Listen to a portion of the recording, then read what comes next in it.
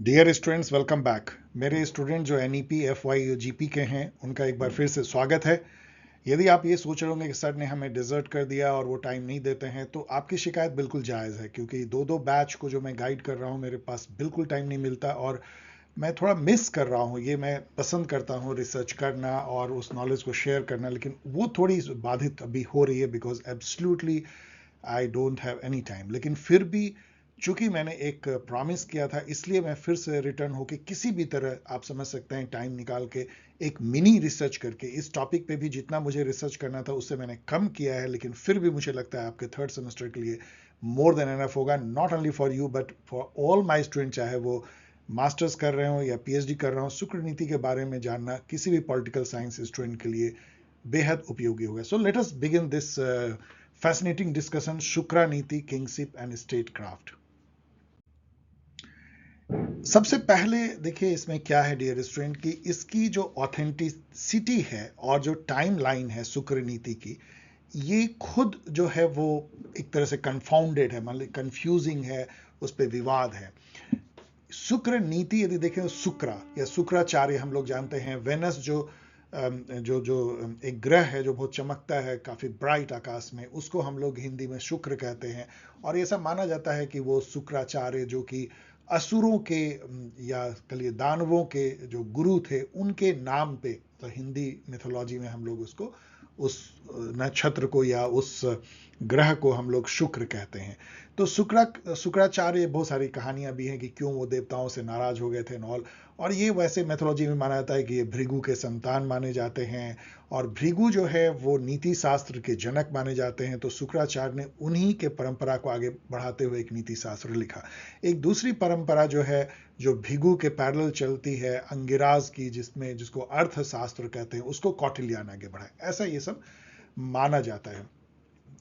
तो लेकिन इसमें विवाद ये हुआ कि ये जो टेक्स्ट है, जब इसको एनालाइज किया गया तो कई ऑथर ने पाया कि इसमें कई ऐसी बातें हैं जो लगता है कि बहुत पुरानी है, और कई ऐसी बातें जो लगता है कि पुरानी हो ही नहीं सकती। ये कभी 10th सेंचुरी, कभी गुप्ता पीरियड का, कभी इवन बहुत मॉडर्न मेडिएवल, इस सब का नजर आने लगता है। इसलिए इसके टाइम लाइन पे एक विवाद है कि ये कब लिखी गई है, और ये कोई सही मायने में कोई शुक्राचार्य ने लिखा है या कोई एक फौज डॉक्यूमेंट है। ऐसा भी कुछ लोगों ने कहा है कि ये किसी ने शुक्राचार्य के नाम से इसको लिखा है।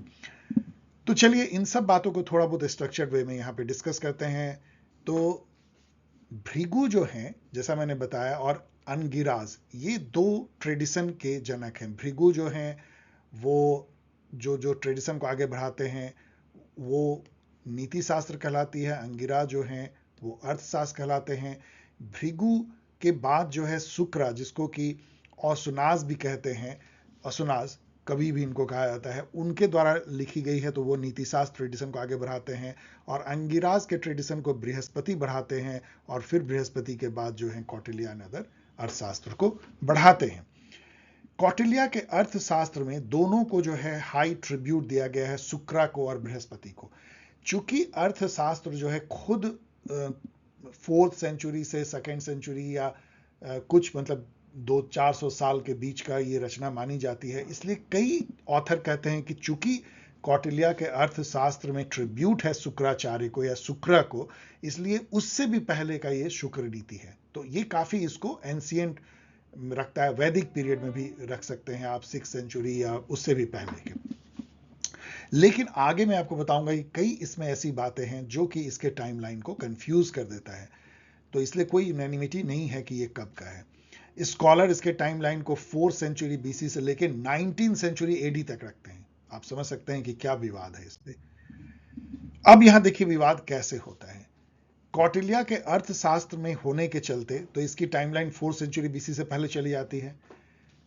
लेकिन कमांडका का जो नीति शास्त्र है वो भी जो है बहुत पुरानी टेक्स्ट है और 4th सेंचुरी AD में लिखी गई है। उसमें भी मेंशन है शुक्र नीति का। तो कई लोग कहते हैं कि ये 4th सेंचुरी AD के पहले का है।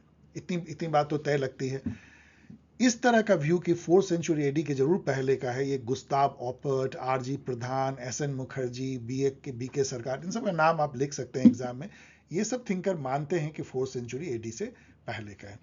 लेकिन इसमें क्या है, एक बहुत बड़ा विवाद क्या हो गया, इसमें कुछ ऐसे फायर आर्म्स गन पाउडर जो है, जिसको आप कह सकते हैं गोले बारूद जो तोप में भरे जाते हैं, कैनन बॉल कह लीजिए इंग्लिश में, उस तरह के आर्टिलरी, इन सब का जिक्र जो है शुक्र नीति में, वॉरफेयर में है। तो वहां पे थिंकर्स कंफ्यूज हो जाते हैं कि इस तरह के वॉरफेयर और ऐसा गन पाउडर तो एंशिएंट टाइम में था ही नहीं, इसलिए ये कहीं कोई मॉडर्न टाइम की किताब तो नहीं है। इसके अलावा इसमें फॉरेनर्स का जिक्र होता है, यवनाज, जिसको ग्रीक लोगों को यवनाज कहते हैं, इंडो ग्रीक, एंड मलेच्छा जो मुस्लिम एंड अदर्स को कहते हैं, इन सब का शुक्र नीति में जिक्र है, जबकि ये सब जो है मेडिवल पीरियड में ही इंडिया में ये सब की बोलचाल की भाषा में आए। तो इससे भी लगता है कि ये एंशिएंट पीरियड का नहीं है। इस बेसिस पे एएस अल्टेकर, जो कि बहुत बड़े विद्वान हैं इंडियन टेक्स्ट को स्टडी करने के, और यूएन घोषाल भी बहुत बड़े विद्वान हैं, इसका पीरियड को 10th सेंचुरी एडी के आसपास का रखते हैं।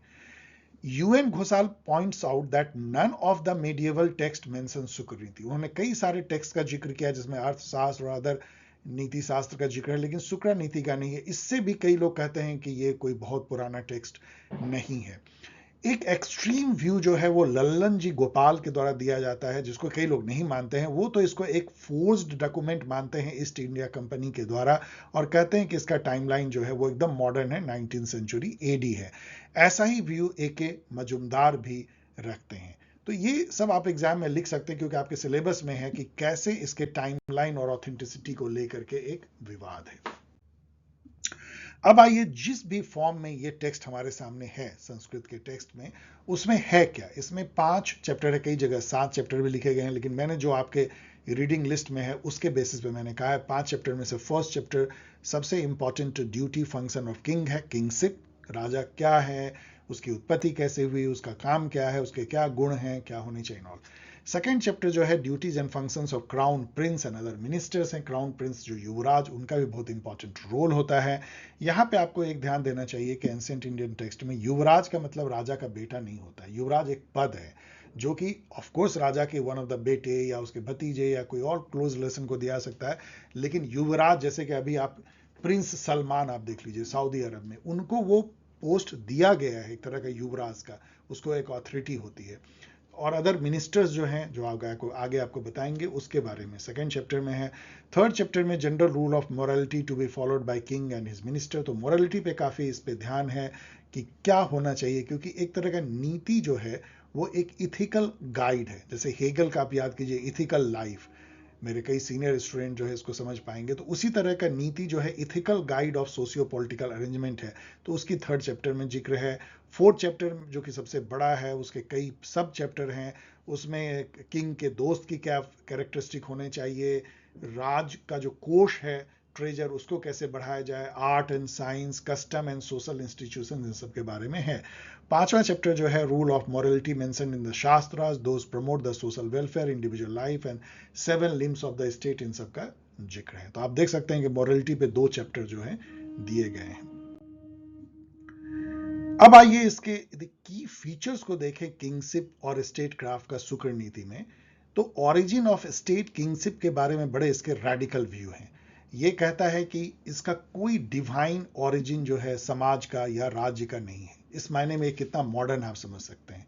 इसका कहना है कि एक ह्यूमन क्रिएशन है, just like social contract. Human creation है for peaceful and orderly life, लोगों ने बनाया है इसको। तो ये कितना मॉडर्न आप समझ सकते हैं। लाइक एरिस्टोटल, शुक्र नीति में स्टेट को जो है एक highest ethical organisation, human organisation के तौर पे रखा गया है, जो कि इवन फैमिली और जो इंडिविजुअल उसके भी प्रायर है, मतलब इस सेंस में। और उसी के थ्रू जो है कोई इंडिविजुअल अपने गुड लाइफ और एक कम्युनिटी अपनी गुड एंड वर्चुअस लाइफ को लीड कर सकती है। तो जस्ट लाइक एरिस्टोटल के जैसा ही ये स्टेट को एक ऑर्गेनिक इंटिटी मानते हैं, जैसे एक जो ह्यूमन बॉडी है उस टाइप के, और जो उसके एलिमेंट हैं वो उसके लिम्स के तौर पे हैं। यहाँ पे ये कौटिल्य से भी मिलते हैं, एरिस्टोटल से भी मिलते हैं। इसका जो अप्रोच है वो नॉर्मेटिव है, ऑफ कोर्स रैशनलिस्टिक नहीं है। मतलब जैसे कि सोशल कॉन्ट्रैक्ट थ्योरी से आप कंपेयर कर सकते हैं, लेकिन वहां पे रैशनलिज्म है, पॉजिटिविस्ट अप्रोच है। यहाँ पे नॉर्मेटिव अप्रोच है, इंपेरिकल अप्रोच नहीं है, एंड मोरल अप्रोच है। इसमें मोरलिटी का काफी ध्यान है, धर्म और दंड नीति, इन सब का रोल है, ना कि ये सीधा जो है रैशनलिज्म या रीजन या एम्पिरिसिज्म पे बेस्ड नहीं है, लेकिन ये कोई डॉगमेटिक नहीं है, या आप कह लीजिए कि ये पूर्णतः जो है मोरलिस्टिक भी नहीं है, क्योंकि इसमें प्रैग्मेटिज्म और रियलिज्म भी है, जस्ट लाइक कौटिल्यास के अर्थशास्त्र की तरह या मैकियावेली के प्रिंस के जैसा भी इसमें रियलिज्म है। मतलब स्टेट को बचाने के लिए कोई भी रास्ता एक किंग अख्तियार कर सकता है, वो नॉर्मल कन्वेंशनल मोरलिटी से उसको नहीं तौला जा सकता है। तो यहाँ आपको मैकियावेली भी इसमें सुनाई पड़ेंगे, कौटिल्या भी सुनाई पड़ेंगे। तो चूंकि ये मोरल इथिकल गाइड है, तो धर्म जो कि एक मोरल यूनिवर्सल कमांड या परसेप्ट कह लीजिए, राइटियसनेस कह लीजिए, एक ऐसा सुचिता वाली जो है वे ऑफ लाइफ जिससे इंडिविजुअल और सोशल लाइफ जो ऑर्डरली हो सकती है, उसको आप धर्म यदि कहते हैं, तो उसको इन्होंने बहुत हाई पेडेस्टल पे रखा है और कहा है कि धर्म हर जगह होना चाहिए। मतलब पॉलिटिक्स में होनी चाहिए, इकोनॉमिक्स में होनी चाहिए, सोशल अरेंजमेंट में होनी चाहिए, राजा का धर्म होना चाहिए। यहाँ पे ये कंसिस्टेंट हैं, जैसे कि महाभारत, मनुस्मृति, इन सभी जगह पे। इसी तरह से दंड को भी इन्होंने, दंड या दंड नीति जिसको आप कह सकते हैं फोर्स, जस्ट पनिशमेंट, या जो इकबाल, जो सरकार की जो वजूद होती है जिससे कि एक ऑर्डर मेंटेन होता है, दंड, उसको भी इन्होंने बहुत हाई पेडेस्टल पे रखा है, जस्ट लाइक अर्थशास्त्र एंड अदर धर्मशास्त्र।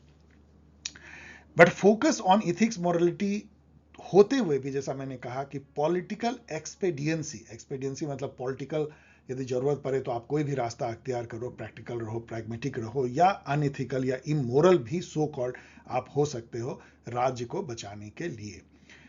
यहां पे आकर के ये कौटिल्या के जैसे हो जाते हैं, टेलियोलॉजिकल हो जाते हैं कि इंड जस्टिफाइज मीन्स, मतलब अंत भला तो सब भला। स्टेट यदि है तभी जो है मोरलिटी जिंदा है, तभी जो है वो धर्म जिंदा है, इसलिए स्टेट को बचाने के लिए कुछ भी किया जा सकता है। So conventional morality can be broken for saving state and meeting the end of the state. तो यहां पे आकर के वो मैकियावेली और कौटिल्या से मैच करने लगते हैं। तो एक यूनिक कॉम्बिनेशन है नॉर्मेटिविज्म, मोरलिटी एंड रियलिज्म का। नीति को इन्होंने सबसे ऊपर के पायदान पर रखा है। क्या है वो आगे हम लोग देखेंगे। 7 लिम्स ऑफ द स्टेट बहुत सिमिलर है जो कौटिल्या का है, आप मेरी वो वीडियो देख लीजिए, उससे ही मिलता जुलता यहाँ पे है। Role, position and duties of king पे बहुत बड़ा एक चैप्टर जो है, फर्स्ट चैप्टर ही उस पर आधारित है, थोड़ा सा यहाँ पे हम लोग डिस्कस करेंगे। ये अपने अप्रोच में सेकुलर है, जो कि अनदर एक बहुत खास यूनिक बात है इसकी, क्योंकि उस समय में सेकुलर होना बहुत बड़ी बात थी। इसके अलावा ये मतलब जन्म के आधार पे जो जाति होती है या स्टेटस या पोजीशन, उसको नकारते हुए ये कर्म के आधार पे, मेरिट के आधार पे जाति का निर्धारण होना चाहिए, उसी बेसिस पे किसी को बड़े ऑफिस मिलना चाहिए। इतनी रेडिकल बातें। तो secularism, iron law of Karma, और एक तरह से डिवाइन ओरिजिन को काटना, और सॉवरेनिटी को पीपुल में देखना, जो पावर एंड ऑथोरिटी पीपुल से डिराइव होना, ये सब बहुत ही रेडिकल एस्पेक्ट है शुक्र नीति का, जो हमें जानना चाहिए। अब जैसा मैंने कहा कि नीति को इन्होंने जो है बहुत ऊपर के पेडेस्टल पे रखा, तो नीति क्या थी शुक्र नीति के अनुसार? ये सब कुछ था। ये एक code for individual and social life था, एक ethical code, not only individual social life but state को चलाने का, राज का चलाने का भी एक गाइड था। तो आप कह सकते हैं कि एक तरीके से ये जैसे कि एडवाइस टू द किंग, जैसे प्रिंस, जैसे मैकियावेली ने लिखा था, या आप जिया बरनी ने जो 24 एडवाइस दिए थे, उस टाइप के ये एडवाइस हैं, नॉट ओनली किंग लेकिन एक जनरल आम जनता को भी, कि आप अपना जीवन कैसे जो है अच्छे से जिए। तो ये हर जगह नीति आपको, पर्सनल जीवन में भी नीति आपको काम देगी, और सामाजिक जीवन में भी, और राजनीतिक जीवन में भी। रूट जो नीति का है, नत से निकलता है, नत to lead, proper guidance and direction, इसका लिटरल मीनिंग होता है। Niti guides human life both individual and social, it blends ethic morality to politics. ये जैसे नाव में पतवार होती है, उसी तरह रडर कहते हैं पतवार को, तो ये रडर के जैसा है जो कि बोट को राइट पाथ पे रखता है। यदि आप नीति को फॉलो करते हैं तो आप अपने जीवन में सही रास्ते पे चल सकते हैं। So niti is the foundation of dharma, artha, kama, even moksha, जो पुरुषार्थ हैं, 4 जो जीवन के लक्ष्य, उसका बेस नीति है। बोथ स्टेट एंड सोसाइटी है moral end, niti guides to achieve that end. तो आप समझिए कि नीति ही वो रास्ता है जिसको चल के आप धर्म को फॉलो करते हैं, अर्थ कमाते हैं, आप कामा मतलब सेंसुअल प्लेजर में इंडल्ज करते हैं, और मोक्ष प्राप्त करते हैं। नीति शास्त्र जो है वो नीति का शास्त्र है, मतलब उसकी पूरी आख्यान है, व्याख्या है, किताब है। Science of social justice and morality which leads both to rural and the rule to right direction of social and political right. तो ये शास्त्र जो है नीति शास्त्र है। Niti guides the king how to rule, manage the state, carry on administration lawfully. कैसे आप करोगे? एक राजा के लिए नीति जो है ये कहता है कि आप कैसे अपनी स्टेट को कायम रखोगे, कैसे रूल करोगे, कैसे वेलफेयर लाओगे, कैसे आप एडमिनिस्ट्रेशन करोगे, कैसे जस्टिस दोगे, न्याय कैसे दोगे, ये बताती है। एक इंडिविजुअल को नीति बताती है कि उनका ड्यूटी क्या है, एक निजी जीवन में, पारिवारिक जीवन में, सोशल जीवन में, पॉलिटिकल जीवन में, और कैसे आप जो है उस रास्ते पे चल सकते हो जिससे आपको हैप्पीनेस मिलेगी। शुक्र claim that the king following the नीति शास्त्र will bring virtue, wealth, enjoyment. ये जो तीन जो यश हैं, वर्च्यू, वेल्थ, इंजॉयमेंट, वो उसी राजा को आता है जो नीति शास्त्र को फॉलो करता है। If the king fails to conform to the maxims of niti, यदि आप नीति से भटक जाओ, जो नीति शुक्राचार्य ने दिया है, तो शुक्राचार्य का कहना है या शुक्र नीति का कि आपका स्टेट जो है बिखर के रह जाएगा, आपका आर्मी जो है बिखर जाएगा, और एडमिनिस्ट्रेशन में कंफ्यूजन होगा और आप अपने स्टेट को नहीं संभाल पाओगे। ये उसी तरीके से आपकी नाव जो है पलट जाएगी जैसे उसकी पतवार के टूटने से। सो किंग शुड जुडिशियसली यूज नीति along with power and wealth. लेकिन नीति के साथ आपको जो है बल भी होना चाहिए और आपको जो है वेल्थ भी होना चाहिए। उससे ही आप इनमी को जो है हरा सकते हो, अपने स्टेट को मैनेज कर सकते हो और एक peaceful, ordered and good life अपने पीपल को दे सकते हो। तो इस तरह की बात को लेके उन्होंने नीति को एकदम आसमान पे बिठा दिया है। अब आइए धर्म एंड दंड। ये बिल्कुल लगभग वैसा ही है जो मनुस्मृति में भी है और अर्थशास्त्र में भी है, इवन महाभारत में है। मैंने सभी एनालाइज किया, मेरे वीडियो को देखिएगा, कोई नई बात इसमें नहीं वो कहते हैं। धर्म जो है, हिंदू धर्म, इसको रिलीजन से आपको कंपेयर नहीं करना चाहिए। ये यूनिवर्सल मोरल परसेप्ट है, एक यूनिवर्सल मोरल प्रिंसिपल, जैसे कैटेगोरिकल इंपेरेटिव इमैनुअल कांत का था। यदि आगे आप पढ़ोगे, यदि नहीं पढ़े हो तो, यदि पढ़े हो तो आप याद कीजिए। उस तरह का धर्म हिंदू धर्म है। मतलब कि आपको कैसे एक good and virtuous individual social life lead करना है, उसका कोड है धर्म। इसको आप राइटियसनेस समझ सकते हो, ये सेंस कि क्या करना सही है, क्या करना गलत। ये एक मोरल वर्च्यू है, मोरल ऑर्डर है, आपका कर्तव्य है, ऑब्लिगेशन है अपने प्रति, अपने परिवार, समाज के प्रति। एक जस्ट थॉट है, पवित्र सुचिता है, पवित्र एक्शन है, लोगों का या किसी वस्तु का गुण भी है, नेचुरल क्वालिटी और कैरेक्टरिस्टिक भी। हम कहते हैं गुण धर्म। पत्थर का धर्म है सख्त होना, कल को यदि पत्थर पिघलने लगे तो अपने धर्म से जो है वो गिर जाएगा। किसी चीज का प्रॉपर्टी है, इसको लॉ से भी जोड़ा जाता है, न्याय से जोड़ा जाता है, और मॉडर्न काल में इसको हम रिलीजन भी कहते हैं, लेकिन वो अलग अलग बात है। दंड जो है, और ये जो मैं कह रहा हूं यही शुक्र नीति में भी यही बात लिखी गई, कोई डिफरेंट नहीं है। दंडा जो है वो एक तरह का इकबाल है सरकार का, लॉ एंड ऑर्डर को दिखाता है, जस्ट पनिशमेंट को दिखाता है, अनजस्ट नहीं।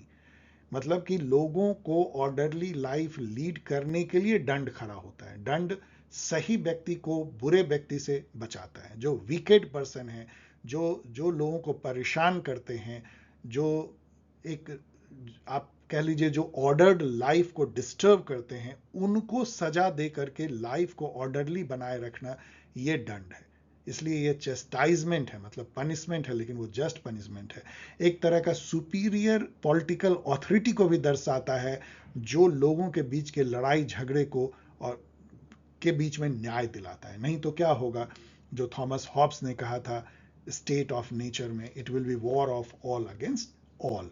तो जब तक कोई हायर पॉलिटिकल ऑथोरिटी नहीं है तो कोई भी चीज होगा तो सब जो है जज, ज्यूरी, एग्जीक्यूशनर बन जाएंगे अपने और दूसरे केस में, तो लाइफ जो है इनकन्वीनियंट हो जाएगी। ये एक तरह का साइने कुआ नॉन है। ये एक वर्ड आपको लगेगा ये क्या सर बोल रहे हैं, तो इसको भी सीख लीजिए। साइने कुआ नन मतलब कि एब्सोल्यूट नेसेसरी, उसके बगैर नहीं हो सकता। तो ये साइने कुआ नन है for ordered and peaceful human life. यदि आपको ordered and peaceful human life होना है तो आपको दंड का होना जरूरी है। और दंड कहां से आता है? राजा की जो पावर है, जो आर्मी है, पुलिस है, कोर्ट है, कचहरी है, वही दंड है।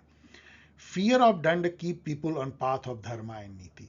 लेकिन जितना ये पावर है उतना ही ये जवाबदेही है। यदि किसी राजा ने अपने उस दंड का, अपने आर्मी कोर्ट कचहरी का बुरा उपयोग किया तो वो नष्ट हो जाएगा, क्योंकि दंड जो है डबल एज स्वॉर्ड है, एक दुधारू तलवार है। यदि आपने इसका सही यूज किया तो आपको यश मिलेगा, आपका राज्य बना रहेगा, लोग खुश रहेंगे।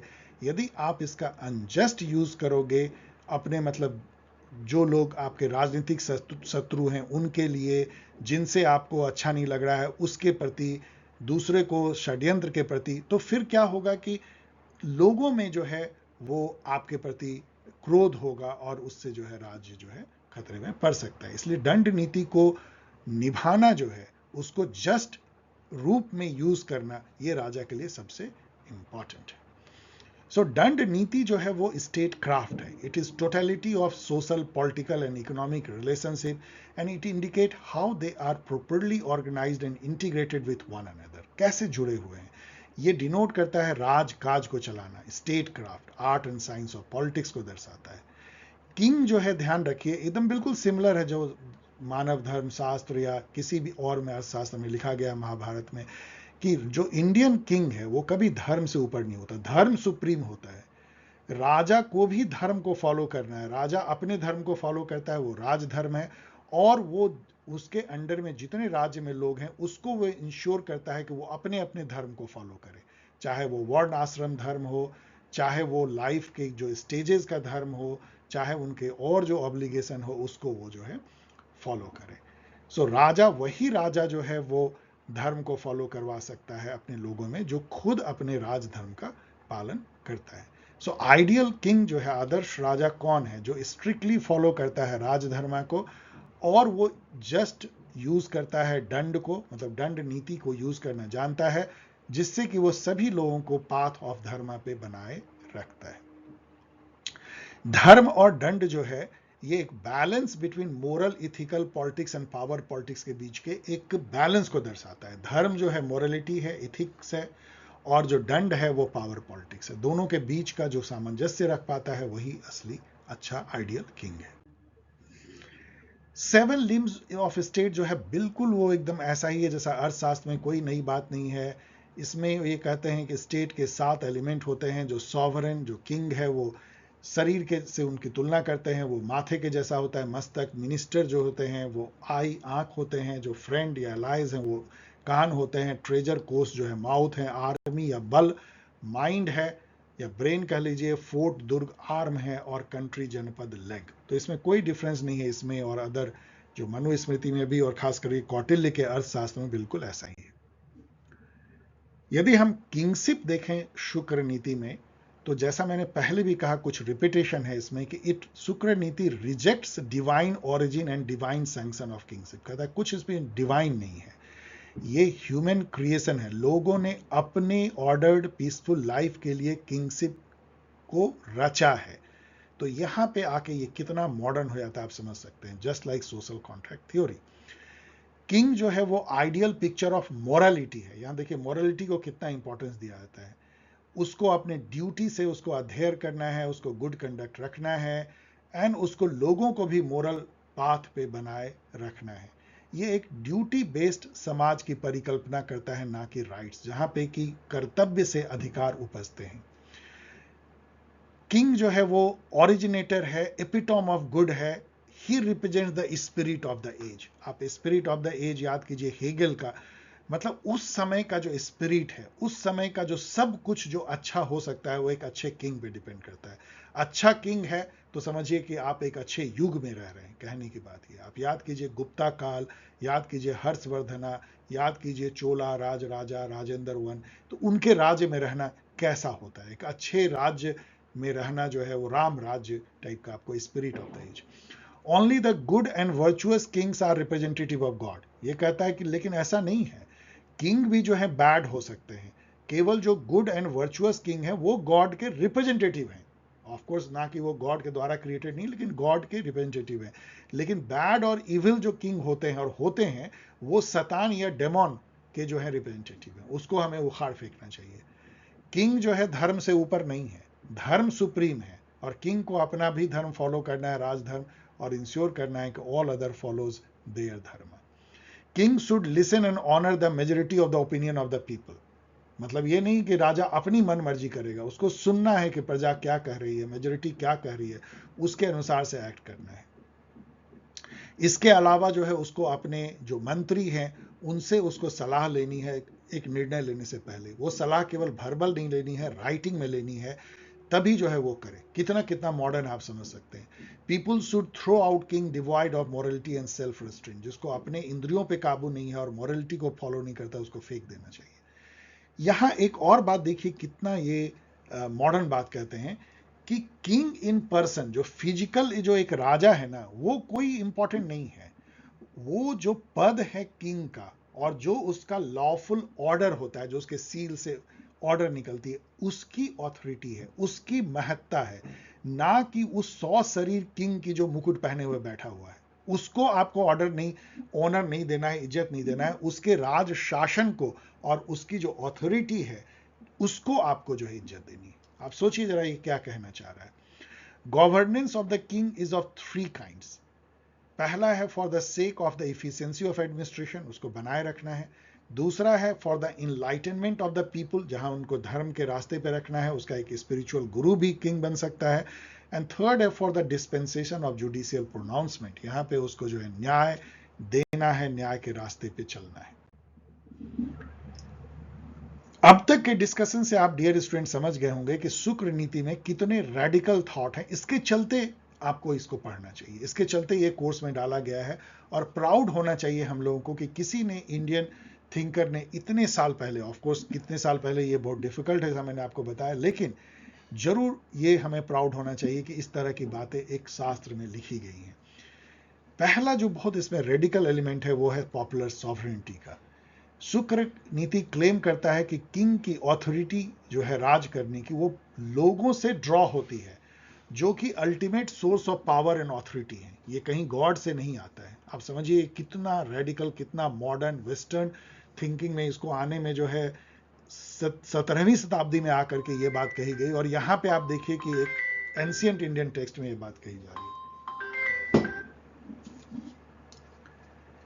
King is like servant to the people for which he is paid by the people in form of taxes. तो राजा जो है एक तरह का समझो कि किंग का जो है वो सेवादार है, सॉरी, जो राजा जो है वो पीपल का जो है वो सर्वेंट है, सेवादार है, जिसके लिए उसको टैक्स के फॉर्म में पैसे दिए जाते हैं। For becoming king high social status as per birth should not be the sole criteria. देखिए अनदर रेडिकल थॉट कि ऐसा नहीं है कि कोई क्षत्रिय है या ब्राह्मण है तो वो किंग बनेगा। जो यदि किसी में कोई पर्सनल क्वालिटी है, मेरिट है, तो वो किंग हो सकता है। King is suppose to rule as per law. आप देखिए रूल ऑफ लॉ, कॉन्स्टिट्यूशनलिज्म शुक्र नीति में है। ऐसा नहीं है कि हॉब्स के रूलर की तरह, सोवरेन की तरह वो लॉ से ऊपर है। नो, लॉ से ऊपर नहीं है, उसको लॉ के अनुसार ही एक्ट करना है। He is not above law.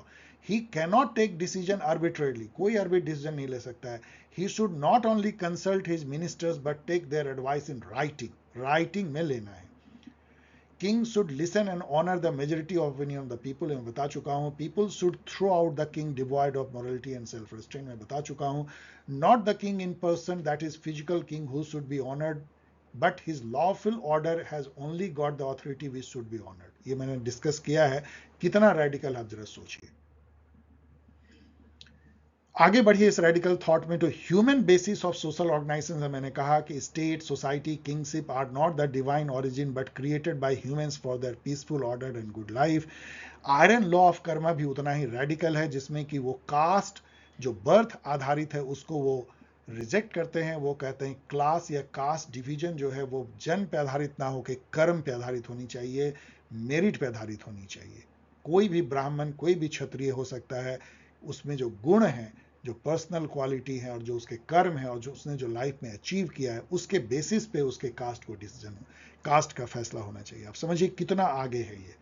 Importance of duty, जैसा मैंने कहा कि ये ड्यूटी बेस्ड समाज की परिकल्पना करते हैं।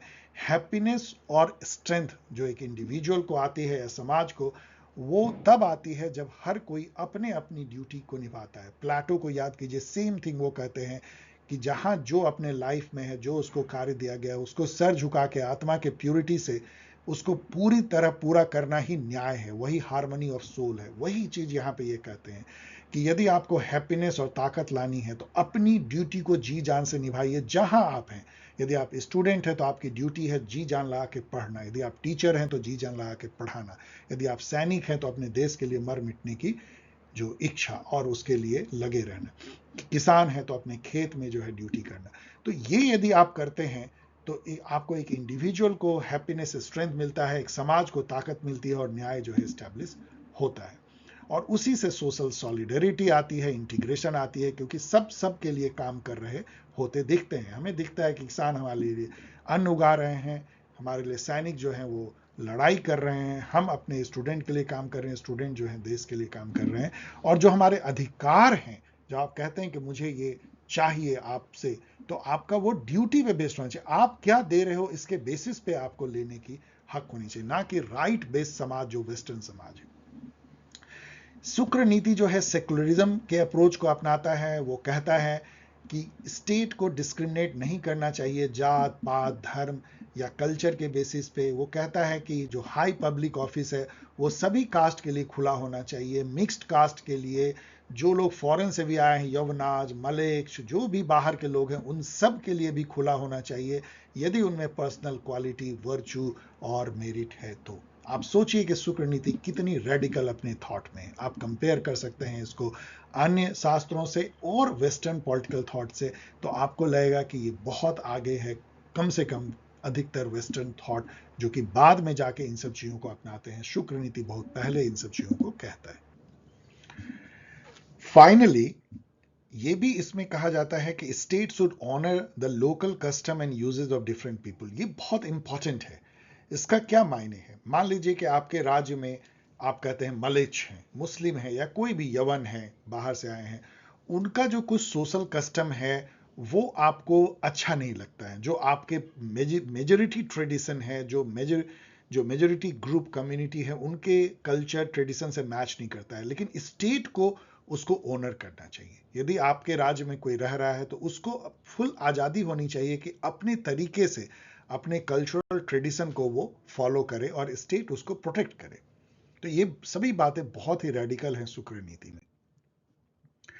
अब आइए हम लोग थोड़ा सा इनके स्टेट क्राफ्ट को हम लोग देखते हैं। एडमिनिस्ट्रेशन ऑफ द स्टेट देखेंगे, फिर उसके public administration, judicial and financial administration. उसके साथ ही इस वीडियो को खत्म करेंगे। एडमिनिस्ट्रेशन ऑफ द स्टेट में शुक्र नीति 20 डिपार्टमेंट का जिक्र करता है, जिसमें 10 मिनिस्टर्स होते हैं। इसका मतलब एक मिनिस्टर को 2 या 2 से अधिक डिपार्टमेंट दिए जाते होंगे। जो 10 मिनिस्टर के जो नेम है वो अधिकतर हिंदी के हैं। आप देख सकते हैं पुरोहित, आपको लगेगा कि राज पुरोहित है, लेकिन ये केवल जो है शास्त्र या धर्म के ही ज्ञाता नहीं है, लेकिन मिलिट्री और पॉलिटिकल अफेयर के भी ज्ञाता है। तो पुरोहित जो है सबसे ऊपर के पेडेस्टल पे रखे जाते हैं मंत्री में। उसके नीचे प्रतिनिधि हैं जो पुरोहित से नेक्स्ट रैंक में होते हैं, और जब राजा किसी कारण से बीमार हो या अनवेल हो या बाहर हो तो प्रतिनिधि कुछ समय के लिए राजा का काम भी देखता है। जो प्रधान होता है वो chief of the council of minister है, आप इसको एक तरह से प्राइम मिनिस्टर जैसे कह सकते हैं। सचिव जो है वो मिनिस्टर ऑफ वॉर है, जबकि सचिव वैसे जनरल मिनिस्टर को कहते हैं, लेकिन यहाँ पे ये एक तरह से डिफेंस मिनिस्टर है, मिनिस्टर ऑफ वॉर। जो मंत्री है वो फॉरेन मिनिस्टर है, वैसे मंत्री भी सचिव ही कहलाते हैं, लेकिन इसको यहाँ पे फॉरेन मिनिस्टर कहा गया है, जो कि साम दाम दंड भेद, ये जो 4 जो डिप्लोमेसी के उपाय बताए हैं अर्थशास्त्र में भी, उसको लेके ये फॉरेन मिनिस्ट्री चलाता है। जो प्रबद विवेका जो है वो minister of law and justice है, जो कि जुडिशियल एडमिनिस्ट्रेशन में सबसे ऊंचे पायदान पे हैं। उसके नीचे पंडित हैं, पंडित जो है वो शास्त्रों के ज्ञाता हैं और न्याय के भी ज्ञाता। देन समंतरका हैं जो फाइनेंस मिनिस्टर हैं, और अमात्य जो कि अर्थशास्त्र में सबसे ऊंचे मंत्री, जैसे पुरोहित की जगह पे या प्रतिनिधि की जगह पे रखे जाते हैं, यहाँ पे बहुत नीचे अमात्य हैं, वो रेवेन्यू मिनिस्टर हैं। और जो दूत हैं, अभी आप देख सकते हैं कि finance minister is different from revenue minister. अब इन दोनों का आप और अंदर रिसर्च कर सकते हैं क्यों डिफरेंट है। इसी तरीके से जो दूत हैं वो मिनिस्टर ऑफ डिप्लोमेसी होते हैं। तो यहाँ आप देखिए कि एक फॉरेन मिनिस्टर भी है और एक जो है मिनिस्टर ऑफ डिप्लोमेसी भी है। आप समझ सकते हैं कि कितना ज़्यादा जो है फॉरेन रिलेशन पे ध्यान और कितना ज़्यादा फाइनेंस पे भी ध्यान है कि दो मिनिस्टर इस डिपार्टमेंट को देखते हैं। पब्लिक एडमिनिस्ट्रेशन यदि देखें ब्यूरोक्रेसी में, तो charge of portfolio of minister जो है, सॉरी, चेंज जो है पोर्टफोलियो मिनिस्टर का लगातार किंग करते रहते हैं। मतलब ये नहीं है कि आपने किसी को फाइनेंस मिनिस्टर बनाया तो उसको बने रहने देंगे, उसको वो पलटते रहते हैं। 2 सेक्रेटरी जो है हर डिपार्टमेंट या हर मिनिस्ट्री में अटैच होते हैं। जो सबसे एक्सपर्ट सेक्रेटरीज के बीच में होते हैं वो चीफ सेक्रेटरी होते हैं, जैसे अभी मॉडर्न काल में है, बहुत आपको लगेगा कि मॉडर्न जमाने की बात कर रहे हैं कोई, लेकिन यहाँ पे कैरियर सर्विस या परमानेंट सिविल सर्विसेज नहीं है। उनका टेनियर 3, 5, 7 या 10 साल का एक फिक्स टेनियर होता था। जो अभी जो आप देखते हैं सरकार में जो डिसीजन लिए आते हैं वो नोट राइटिंग पे होता है, नीचे से अंडर सेक्रेटरी नोट लिखते हैं, फिर डिप्टी सेक्रेटरी, फिर ऊपर ऊपर ऐसे, और फिर सेक्रेटरी और मंत्री जो डिसीजन लेते हैं। ये बात जो है शुक्र नीति में लिखी गई है कि इस तरीके से डिसीजन लेने, बहुत इलॉबरेट वे में, कि सचिव क्या लिखेंगे और ऊपर सेक्रेटरी और फिर उसके ऊपर कैसे मंत्री और राजा। तो ये देख के लगता है कि क्या ये इतना मॉडर्न है। King was required to obtain written advices from his minister, ये तो बार बार मैं आपको बता रहा हूं जो बहुत रेडिकल है। और इम्पर्सनलिटी भी बार बार मैं आपको बता रहा हूं कि document sign and sealed by the king has the real legal authority, not the person of the king. जो फिजिकल किंग है उसकी महत्ता नहीं है, बल्कि उस सिंबॉलिक अथॉरिटी और जो उसका राज शासन है उसकी महत्ता है। पब्लिक एडमिनिस्ट्रेशन में यदि आगे बढ़े तो king should dismiss an officer who is held guilty by 100 man. मतलब 100 लोगों ने यदि ये कह दिया हो कि ये आदमी गिल्टी है कोई ऑफिसर, तो उसको हटा देना चाहिए।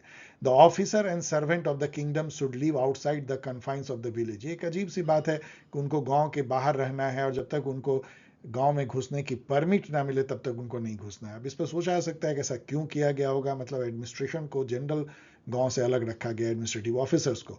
Officers administration for revenue collection होते थे, इंचार्ज ऑफ ग्रांट्स भी होता था, अकाउंट कीपिंग के अलग इंचार्ज होते थे, और ट्रेड और टाउन प्लानिंग के अलग अलग जो है ऑफिसर्स इंचार्ज होते थे। विलेज एडमिनिस्ट्रेशन वहां पे जो है सबसे जो छोटे तबके के जो अधिकारी होते थे वो भी कई गांव के इंचार्ज होते थे, उनको नायिका कहा गया। 10 नायिका का जो एरिया है उसको मिला के निरी समंता कहा गया, और उसके ऊपर हीना समंता, और सबसे बड़े जो हैं बहुत सारे सैकड़ों हजारों गांव के जो इंचार्ज होते हैं उनको सामंत कहा गया। उसके अलावा गांव में एक रेवेन्यू कलेक्टर होता था, और collector of tolls and duties भी होता था, जो छोटे मोटे जो ट्रेडर्स और जो अदर जो जो आर्टिजन होंगे उनसे लेने के लिए। इसके अलावा जो सिंबॉलिक टूल्स भी पब्लिक एडमिनिस्ट्रेशन का था, जो अभी भी राज शासन, दंड, सोंगोल आपने अभी सुना होगा उस टाइप का, जैसे रॉयल ड्रम होता था जिसको बजाया जाता था जब भी कोई रॉयल ऑर्डर गांव या पूरे शहर में उसको ढिंढोरा पिटवाया जाता था। इसके अलावा जो बार्बर हैं, वॉशरमैन हैं, और जो डिफरेंट क्लीनर, पोस्टमैन, टेलर, इन सब के लिए जो है रॉयल बैजेज, यदि सरकार के लिए काम कर रहे हैं तो उनको रॉयल बैज दिया जाता है, इससे पता लगे कि ये राजा के लिए काम कर रहे हैं।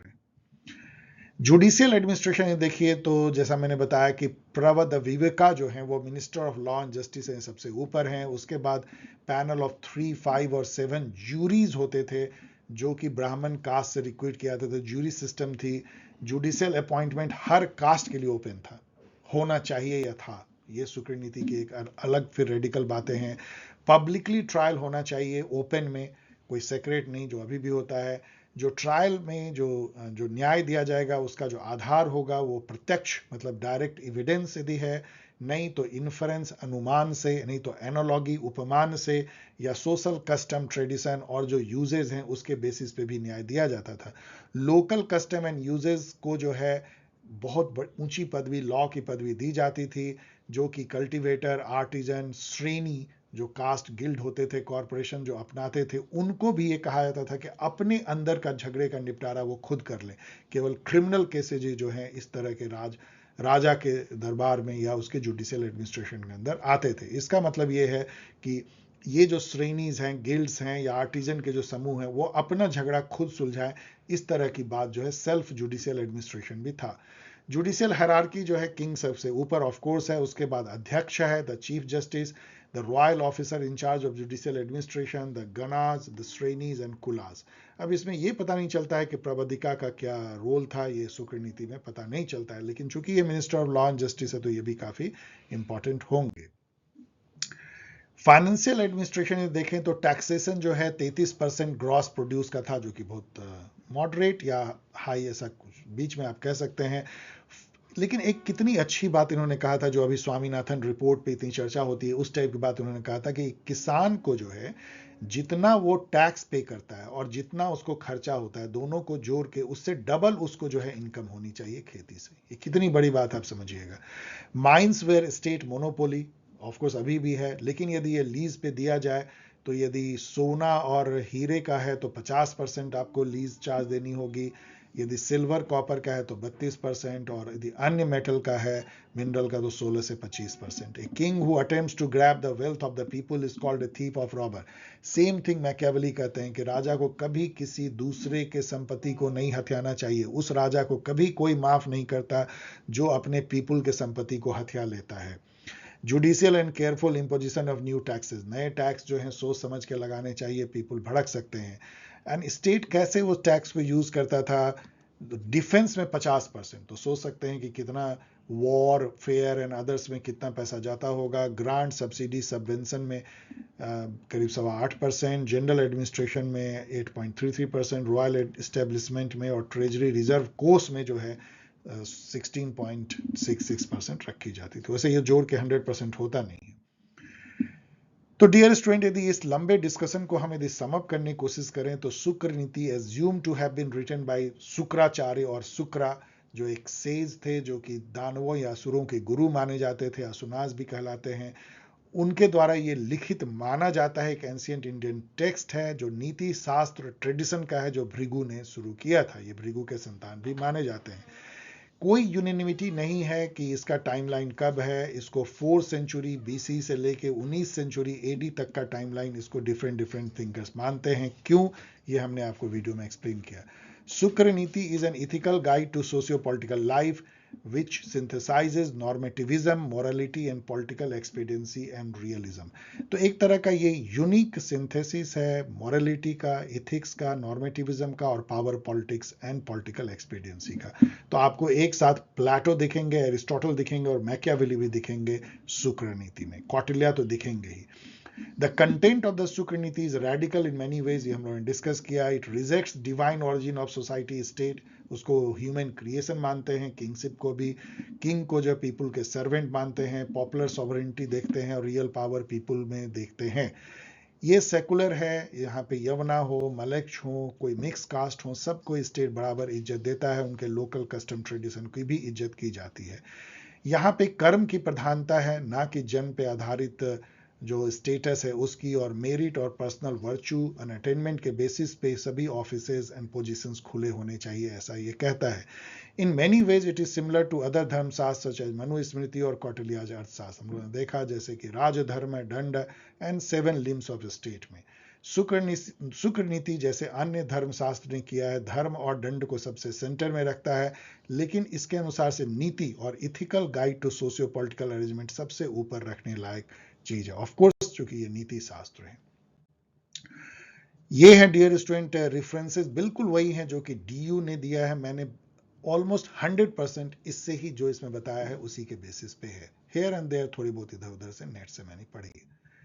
And thanks for watching and thanks for bearing my engagement and waiting for the video. और यदि आपको ये पसंद आया हो तो शेयर करें, सब्सक्राइब करें, कमेंट करें, और यदि आप मेरे पुराने स्टूडेंट हैं तो यहाँ से आप गाइड डाउनलोड कर सकते हैं। ये पीडीएफ वर्जन में है, और बहुत सारे गाइड जो कॉम्पिटिटिव एग्जाम के लिए हैं वो अमेजन पे हैं, उसकी लिंक जो है डिस्क्रिप्शन बॉक्स में दी जाएगी। आप मुझसे इस तरीके से संपर्क कर सकते हैं। मिलेंगे शायद बहुत जल्द, देखते हैं, कोशिश करेंगे। तब तक के लिए